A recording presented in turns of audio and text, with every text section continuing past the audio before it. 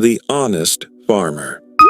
Once upon a time, in the heart of a prosperous kingdom surrounded by mountains and meadows, there lived a wise and noble Datu.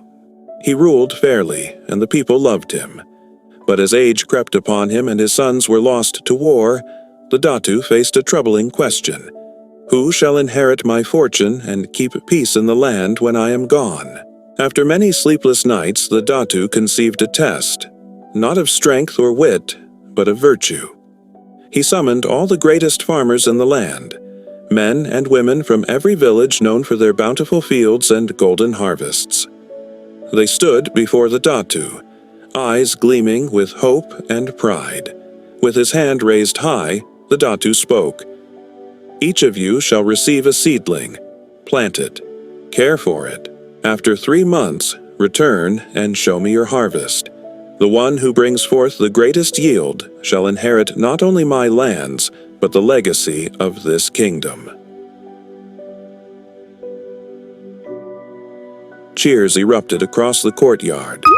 The farmers bowed low, then hurried back to their farms, clutching the seedlings as if they were treasures. Among them was Lando, a humble farmer from the smallest village.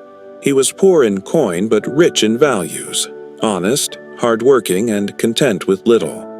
With reverence, he planted the seed in the finest soil he had. Each day he watered it. He shielded it from storms and sang to it under the moonlight. But the days passed, and nothing grew. He tried planting it again, thinking he had made a mistake. But no matter what he did, the seed refused to sprout. 3 months later, the day of reckoning came. Lando, heart heavy and hands shaking, journeyed to the palace with only an empty pot in hand. All around him, the other farmers marched with wagons overflowing, baskets of rice, corn, golden fruits, and dazzling vegetables. Laughter echoed through the palace halls as the others displayed their magnificent harvests. When Lando stepped forward with nothing but a lifeless pot, gasps filled the air. "Look at that fool," one farmer mocked. "Does he even know how to plant?" said another, smirking. Lando fell to his knees and bowed his head before the Datu.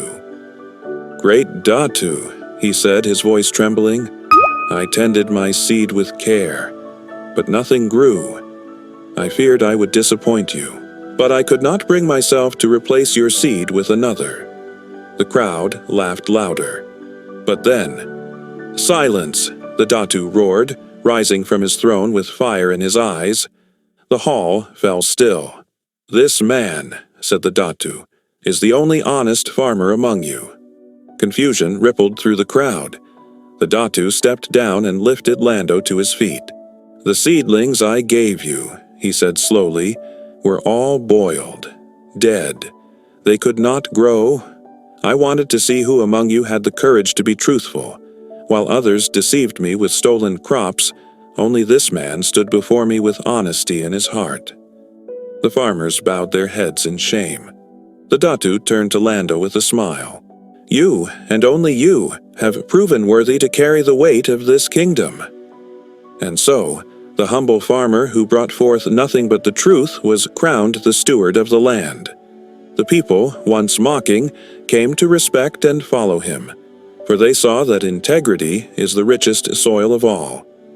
Moral of the story: honesty, even when it brings no reward at first, is the seed of true greatness. In a world full of deception, the courage to speak the truth is the most precious harvest one can yield.